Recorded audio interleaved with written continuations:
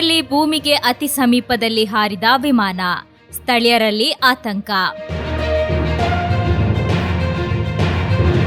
ಪುತ್ತೂರಿನಲ್ಲಿ ಗುರುವಾರ ಸಂಜೆ ವಿಮಾನವೊಂದು ಭೂಮಿ ಮಟ್ಟಕ್ಕೆ ಅತಿ ಸಮೀಪದಲ್ಲಿ ಹಾರಾಟ ನಡೆಸಿದ ದೃಶ್ಯ ಕಂಡುಬಂದಿದ್ದು ಸ್ಥಳೀಯರಲ್ಲಿ ಆತಂಕ ಮೂಡಿಸಿತು. ಬಳಿಕ ಇದು ಭೂವಿಜ್ಞಾನಕ್ಕೆ ಸಂಬಂಧಿಸಿದ ಸಮೀಕ್ಷಾ ಕಾರ್ಯವೆಂದು ತಿಳಿದುಬಂದ ಹಿನ್ನೆಲೆಯಲ್ಲಿ ಜನರು ನಿಟ್ಟುಸಿರು ಬಿಟ್ಟರು. ಪುತ್ತೂರು ಮಹಲಿಂಗೇಶ್ವರ ದೇವಾಲಯದ ವಠಾರದ ಗದ್ದೆ ಪ್ರದೇಶದ ಮೇಲ್ಭಾಗದಲ್ಲಿ ನೆಲಮಟ್ಟಕ್ಕೆ ಬಹಳ ಸಮೀಪದಲ್ಲಿ ವಿಮಾನ ಹಾರಾಡುತ್ತಿರುವುದನ್ನು ಸ್ಥಳೀಯರು ಗಮನಿಸಿದರು. ಈ ವಿಮಾನವು ನಗರದ ವಿವಿಧ ಭಾಗಗಳ ಮೇಲೂ ಸುಮಾರು 10 ರಿಂದ 15 ಸುತ್ತು ಹಾರಾಟ ನಡೆಸಿರುವುದಾಗಿ ತಿಳಿದುಬಂದಿದೆ.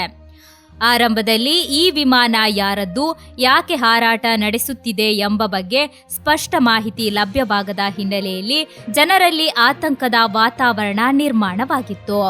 ಕೆಲವರು ಇದನ್ನು ಡ್ರೋನ್ ಅಥವಾ ಅನುಮಾನಾಸ್ಪದ ಹಾರಾಟವೆಂದು ಭಾವಿಸಿದ್ದರು. ಬಳಿಕ ಲಭ್ಯವಾದ ಮಾಹಿತಿಯ ಪ್ರಕಾರ ಇದು ಭೂಮಿಯ ರಚನೆ ಹಾಗೂ ಭೌಗೋಳಿಕ ಅಧ್ಯಯನಕ್ಕೆ ಸಂಬಂಧಿಸಿದ ಸರ್ವೆ ಕಾರ್ಯವಾಗಿದ್ದು, ಪಶ್ಚಿಮ ಘಟ್ಟ ಪ್ರದೇಶಗಳಲ್ಲಿ ಭೂಭೌತಿಕ ಸಮೀಕ್ಷೆ ನಡೆಸಲಾಗುತ್ತಿದೆ ಎಂದು ತಿಳಿದುಬಂದಿದೆ.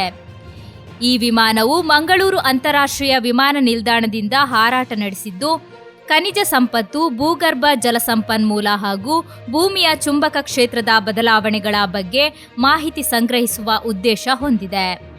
ಈ ಸಮೀಕ್ಷೆಯನ್ನು ಗಾಳಿಯಿಂದ ಭೂಮಿಯ ಒಳಭಾಗವನ್ನು ಮ್ಯಾಪಿಂಗ್ ಮಾಡುವ ಕ್ಯಾಲಿಬರ್ ಏರ್ಬೋರ್ನ್ ಜಿಯೋಫಿಸಿಕ್ಸ್ ಕಂಪನಿಯ ವಿಮಾನದಿಂದ ನಡೆಸಲಾಗುತ್ತಿದೆ ಎಂದು ತಿಳಿದುಬಂದಿದೆ.